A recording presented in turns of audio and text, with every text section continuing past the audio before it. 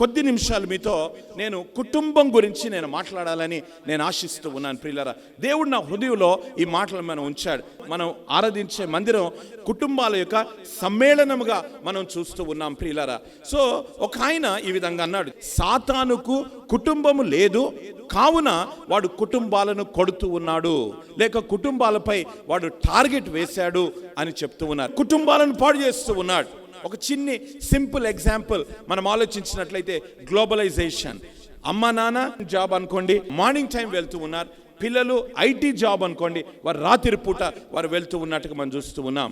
వారికి తల్లిదండ్రులకు సంబంధం లేదు, పిల్లలకు సంబంధం లేదు, భార్య భర్తలకు సరి అయిన అవగాహన లేదు. వాస్తవంగా జరిగిన విషయాలు నేను మీ ముందు ఉంచాలని నేను ఇష్టపడుతూ ఉన్నాను. కోల్కతాలో ఒక ఆయన ఇంకొక స్థలానికి ఆయన ట్రాన్స్ఫర్ అయ్యారట. ట్రాన్స్ఫర్ అయ్యే వెంటనే ఆయన ఒక ఆఫీసరు ఆయనను వెల్కమ్ చేశారు. వెల్కమ్ చేసిన తర్వాత ఆయనతో ఒక మాట అడిగారట.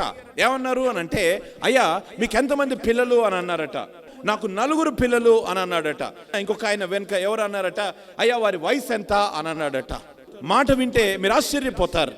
ఒక తండ్రి 4 పిల్లలను కన్నాడు.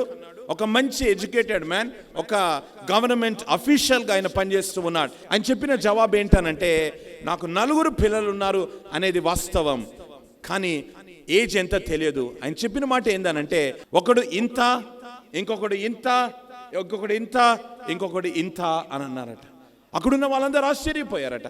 ఏంటి సార్ అలా చెప్తున్నారు, ఏంటి సైజ్ చెప్తున్నారంటే, ఆయన చెప్పిన మాట ఏంటంటే, నా పనిలో నేను ఎంత బిజీగా ఉన్నాను అనంటే, నా పిల్లల్ని నేను పడకలో మట్టుకే నేను చూస్తూ ఉన్నాను. నేను ఉదయం తెల్లవారుజాము నేను లేచి ఉద్యోగానికి పోవాలా, నేను లేచేటప్పుడు వారు పడకలో ఉంటారు. నేను ఉద్యోగాన్ని ముగించుకుని నేను ఇంటికి వస్తాను. నేను ఇంటికి వచ్చేసరికి వారు ఇంకా పడకలోనే ఉంటారు. నా పిల్లలతో పలకరించే సమయం నాకు లేదు. మీరు అనొచ్చు, ఈజ్ ఎ యూజ్లెస్ ఫాదర్ అని మీరు అనొచ్చేమో, కానీ అలాంటి యుగంలో, అలాంటి లోకంలో, అలాంటి పరిస్థితుల్లో మనం జీవిస్తూ ఉన్నాం. దేవుని యొక్క వాక్యం ఎంత తేటగా చెప్తూ ఉంది ప్రియులారా. కొన్ని మాటలు చూద్దాం మనం. చూడండి, దేవుడు మన కుటుంబాల పట్ల మనం ఏ విధంగా ఉండాలి అని ఆశిస్తూ ఉన్నాడు. చూడండి, తిమోతికి రాసిన మొదటి పత్రిక 2వ అధ్యాయం. మనము సంపూర్ణ భక్తియు మాన్యతయు కలిగి నెమ్మదిగాను సుఖముగాను బ్రతుకు నిమిత్తము. దేవుడు నీ కుటుంబం పట్ల, నా కుటుంబం పట్ల, మన కుటుంబాల పట్ల ఏమి కోరుకుంటూ ఉన్నాడు? ఈ దేశంలో లేకుంటే మనం ఉంటున్న పట్టణాల్లో, స్థలాల్లో మనం ఏ విధంగా ఉండాలని దేవుడు కోరుకుంటూ ఉన్నాడు. ఇక్కడ వాక్యం ఏం చెప్తూ ఉంది? సంపూర్ణ భక్తియు. సంపూర్ణ భక్తి కలిగి మనం ఉండాలి. ఒక్కసారి మనం ప్రశ్నించుకోవాలి, సంపూర్ణమైన భక్తి కలిగి మనం ఉంటూ ఉన్నామా? రెండవది, మాన్యతయు కలిగి నెమ్మదిగాను సుఖముగాను బ్రతుకు నిమిత్తం. అక్కడ 2 పదాలు మనం తీసుకుందాం. మనమట నెమ్మదిగా ఉండాలి, రెండవది సుఖముగా ఉండాలి. ప్రియులారా, దేవుడు అంటూ ఉన్నాడు, మనం నెమ్మదిగా సుఖముగా బ్రతుకు నిమిత్తం. ఏ విధంగా బ్రతుకుతాం? మనం బ్రతుకుతూ ఉన్నామా?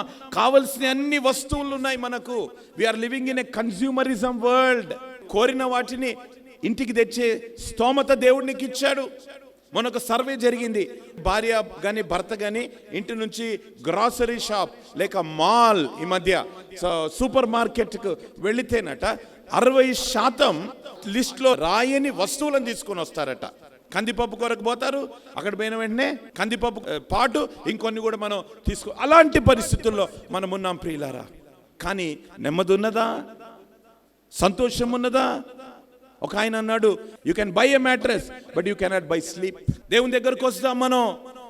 మీతో మాట్లాడుతున్న నేను అతిథిని గాను. I'm also prone to all kinds of threats. మెలకువ కలిగి మనం ఉండాలి ప్రియులారా. దేవుడు మనకు నెమ్మదిగైన జీవితం, సుఖమైన బ్రతుకును దేవుడు ఇవ్వడానికి ఇష్టపడుతూ ఉన్నాడు ప్రియులారా. ఇంకో మాట మనం చూద్దాం ప్రియులారా. యెషయా గ్రంథం 32:17 చదువుతూ ఉన్నాను. నీతి సమాధానము కలుగజేయును, నీతి వలన నిత్యము నిమ్మలము నిబ్బరము కలుగును.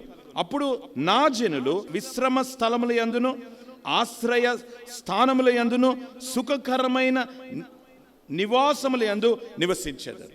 సుఖకరమైన నివాసముల యందు నా ప్రజలు నివసించెదరు. 128వ సంకీర్తన 3-4 చరణాలు. నిశ్చయముగా నీవు నీ చేతుల కష్టార్జితమును అనుభవించెదవు, నీవు ధన్యుడవు, నీకు మేలు కలుగును. నీ లోగిట నీ భార్య ఫలించు ద్రాక్షవల్లి వలె ఉండును.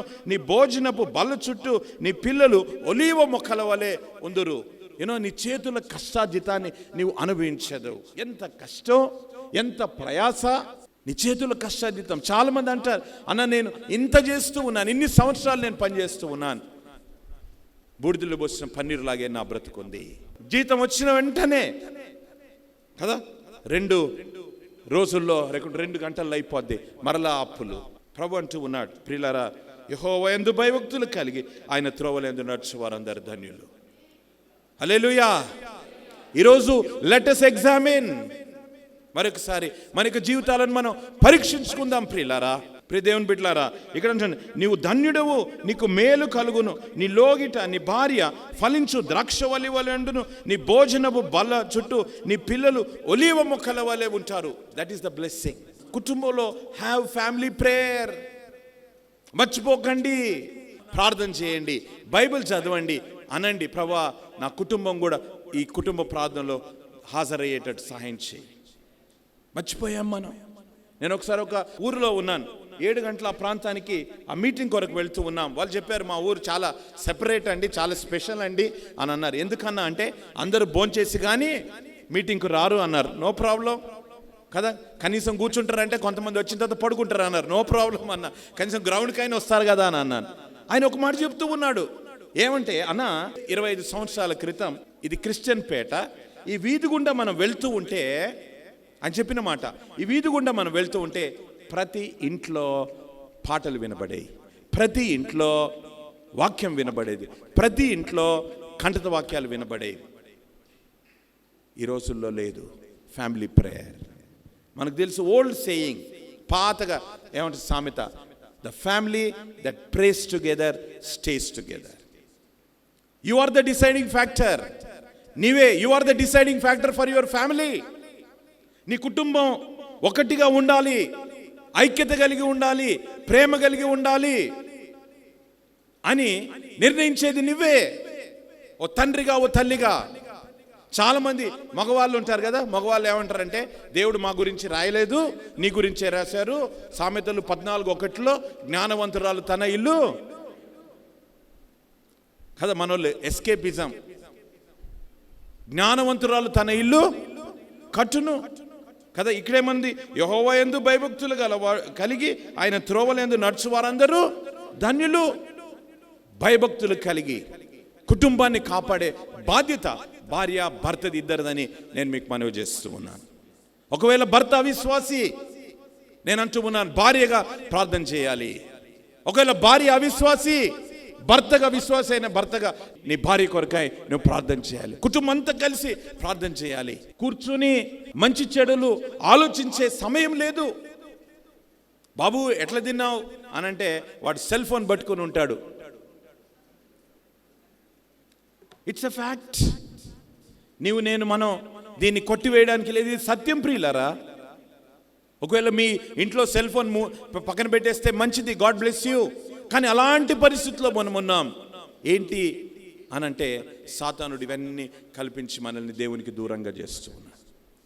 అందుకే సమయాన్ని సద్వినియోగం చేసుకోవాలి. అందుకే మనం సమయాన్ని పాడు చేయకుండా ప్రియ దేవుని బిడ్డలారా, సమయాన్ని సద్వినియోగం చేసుకుని అజ్ఞానుల వలె కాక జ్ఞానుల వలె మనం ప్రవర్తించాలని దేవుని యొక్క వాక్యం సెలవిస్తూ ఉంది. ప్రసంగి గ్రంథం ఒకసారి చూడండి. దేవుడు మనల్ని ఎట్లా కోరుకుంటున్నాడో, ఏ విధంగా మనం ఉండాలని ఆశిస్తూ ఉన్నాడో ఈ మాటలన్నీ వాక్యంలో రాసి ఉంచాడు. ప్రసంగి గ్రంథం 9వ అధ్యాయం 9వ వచనం. దేవుడు నీకు దయచేసిన వ్యర్థమైన నీ ఆయుష్ కాలం అంతయు నీవు ప్రేమించు నీ భార్యతో సుఖించుమో, నీ వ్యర్థమైన ఆయుష్కాలం అంతయు సుఖించుమో, ఈ బ్రతుకునందు నీవు కష్టపడి చేసుకొనిన దాన్ని అంతటికి అదే నీకు కలుగు భాగము. Family, children are a blessing. 127వ కీర్తన. ఎప్పుడైతే మనం దేవుని యందు భయభక్తులు కలిగి ఉంటామో, మీరు వేకువనే లేచి చాలా రాత్రి అయిన తర్వాత పండుకొనుచు కష్టార్జితమైన ఆహారము తినుచుట వ్యర్థమే. వేకువనే లేచి చాలా రాత్రి అయిన తర్వాత కష్టార్జితమైన ఆహారము తినుచుండుట వ్యర్థమే. అంటాడు ప్రియ దేవుని బిడ్డలారా, తన ప్రియులు నిద్రించుండగా ఆయన వారికి ఇచ్చుచున్నాడు. హల్లెలూయా. నీ పోషణ, నా పోషణ మన చేతుల మీద లేదండి, మన కష్టార్జితం మీద లేదు. మనల్ని పోషించేది ఆ పరమ తండ్రి, మనల్ని పోషించేవాడు ఆయన. ఆయనకు నీవిస్తున్న స్థానం, ఆయనకు నీవిస్తున్న గౌరవాన్ని బట్టి ఆయన నిన్ను పోషిస్తాడు. ఎన్నో ఉన్నాయి మనకు బైబిల్లో. అద్భుతాలు చేసే దేవుడు ఆయన, ఆశ్చర్య కార్యాలు చేసే దేవుడు ఆయన, లేనిది ఉన్నట్టుగా పిలిచే దేవుడు ఆయన. నీ చిన్ని అవసరం ఆయనకు తెలీదా? నీ చిన్ని విషయాలు ఆయన గ్రహించలేడా? నీ ఇంట్లో ఒక మూలను కూర్చుని నీవు ప్రార్థన చేస్తూ ఉంటే నీ మూలుగును ఆయన వినడా? వింటాడే. ప్రతి బాష్ప బిందువును ఆయన తుడుస్తాను అని చెప్పారు. రహస్యమునకు వెళ్ళి నీవు నాకు మొరపెట్టుము, రహస్యమందు నీ దేవుడు నీ ప్రార్థన వినును అని చెప్తూ ఉన్నాడు. ప్రియులారా, ఆలోచిస్తా. కుటుంబాలుగా వచ్చిన మనల్ని దేవుడు దీవించును గాక. యోబు యొక్క చరిత్ర మనకు తెలుసు. యోబును దేవుడే, అతడు యథార్థవర్తనుడును న్యాయవంతుడినై దేవుని యందు భయభక్తులు కలిగి చెడుతనము విసర్జించినవాడు. అన్ని క్వాలిఫికేషన్స్ ఆయనకు. మరలా మీద వచ్చేసరికి అక్కడ కూడా, అందుకు యెహోవా నీవు నా సేవకుడమైన యోబు సంగతి ఆలోచించితివా? అతడు యథార్థవర్తనును న్యాయవంతుడనై దేవుని యందు భయభక్తులు కలిగి చెడుతనము విసర్జించినవాడు. ఇంకో మాట అంటాడు అక్కడ, భూమి మీద అతని వంటి వాడు ఒకడును. హల్లెలూయా, హల్లెలూయా. ఎవరైనా మాట్లాడినప్పుడు ఫలానా ఆమెలాగా, లేకుంటే ఫలానా అక్కలాగా ఇంకొకరు లేరు, ఫలాని కాపర్లాగా ఇంకొకరు లేరు. వాస్తవం ప్రియులరా. ఒక ఆయన అంటూ ఉన్నాడు, బ్రదర్, యేసు ప్రభు పరిశుద్ధంగా జీవించాడు, ఆయనకు తగును మనకు కాదు. ప్రభు ఏమన్నాడు? నేను పరిశుద్ధులను కాబట్టి నీవును. గాడ్లీ క్యారెక్టర్, పరిశుద్ధత అనేది ఇట్ బిలాంగ్స్ టు గాడ్. అది ఆయనకు సంబంధించింది, అది ఆయనది. కానీ ఎప్పుడైతే నీవు నేను ఆయన అంగీకరిస్తామో ఆ స్వభావాన్ని మనకిస్తాడు. ఫస్ట్ నుంచి చదువుతాను. వారి వారి విందు దినములు పూర్తి కాగా యోబు తన కుమారులు పాపం చేసి తాము హృదయంలో దేవుణ్ణి దూషించిరేమో అని వారిని పిలువనంపించి వారిని పవిత్రపరిచి అరుణోదయమున లేచి వారిలో ఒక్కొక్కని నిమిత్తము దహన బలి అర్పించుచూ వచ్చెను. యోబు నిత్యము అలాగు చేయుచుండెను. ఇక్కడ పరిశుద్ధాత్మ దేవుడు ఏ విధంగా రాశాడు? తమ హృదయంలో దేవుణ్ణి దూషించరేమో. దూషించారని కాదు అక్కడ. ఒక తండ్రిగా ఆయన తన కుటుంబం ఎడల ఎంత జాగరూకుడై, ఎంత మెలకువ కలిగి ఆయన ఉన్నాడో మనం గమనించాలి ప్రియులరా. వారు పాపం చేశారు అని కాదు, వారు పాపం చేశారేమో. ఈరోజు కొంతమంది మనం తల్లిదండ్రులంగా మన పిల్లలు తప్పు చేస్తుంటే కూడా పట్టించుకోలేం, మనం సంజాయించుకుంటున్నాం, మనల్ని పర్వాలేదులే అని అనుకుంటున్నాం మనం. కానీ యోబు ప్రియ దేవుని బిడ్డలారా అక్కడ చేస్తూ ఉన్న పని ఏంటనంటే, వారి నిమిత్తము ఆయన నిత్యము దహన బలి సమర్పిస్తున్నాడు. యోబు నిత్యము అలాగూ చేశాను. Everyday it is his ritual. నేనేమంటున్నాను అనంటే, మనం చూస్తూ ఉన్నాం సాతానుడు అంట మన కుటుంబాలను అక్కడ మనం చూస్తాం. ఏమంటాడంటే, ఎవరిని మృంగుదునా అని ఎట్లున్నాడు వాడు? గర్జించు సింహం వలె వాడు పొంచి ఉన్నాడు. ఎవరిని మృంగుదునా అని. ఈరోజు నేను, రేపు నువ్వు, ఎవరిని మృంగుదునా అని వాడు పొంచి ఉన్నట్లుగా మనం చూస్తూ ఉన్నాం. మనం చేయవలసిన పని ఏమిటి? మెలకువ కలిగి మనం ఉండాలి, జాగరూకులమై మనం ఉండాలి. నేను ప్రాక్టికల్గా నేను అనుభవించినవి నేను మీతో చెప్తూ ఉన్నాను. ఒక ఇంటికి వెళ్ళాను, ఒక అమ్మ ఏడుస్తూ ఉంది. అమ్మ, ఎందుకు ఏడుస్తూ ఉన్నావు? నా కొరకు ప్రార్థన చేయండి అని అంది. నేను చేస్తానమ్మా. ఎందుకు ఏడుస్తున్నారు చెప్పండి, ఆ అంశం కొరకే నేను ప్రార్థన చేస్తాను. ఆమె అన్నది, నేను ఎందుకు బతుకుతున్నానో నాకు తెలియట్లేదు బాబు అన్నది. అంటే నా పిల్లలు అంత దౌర్భాగ్యులుగా బ్రతుకుతూ ఉన్నారు. నేనన్నాను, చెప్పరా అమ్మా మీరు, చెప్పలేరా అమ్మా మీరు అంటే, ఆ తల్లి ఏడుస్తూ వెక్కి వెక్కి ఏడుస్తూ అన్నమాట ఏంటి తెలుసా? వాడేసే 2 మెతుకులతో నేను బతుకుతున్నానయ్యా, మాకు జీతం లేదు, మాకు పెన్షన్ లేదు, ఏమీ లేదు. నేను ఆ తల్లితో అన్నాను, అమ్మా, ఆ మెతుకులు తిని ఒప్పుకునేదానికంటే మీ అబ్బాయిని గద్దించండి, మీ ఇంటి వారిని మీరు గద్దించండి, ఏమాత్రం రాజీ పడకండి. ఈరోజు లేకుంటే రేపు మనం ప్రభు సన్నిధికి వెళ్తాం. కానీ ఎన్ని రోజులు మన మనస్సాక్షిని మనం చంపుకుంటూ మనం జీవిస్తాం. Be watchful on your families.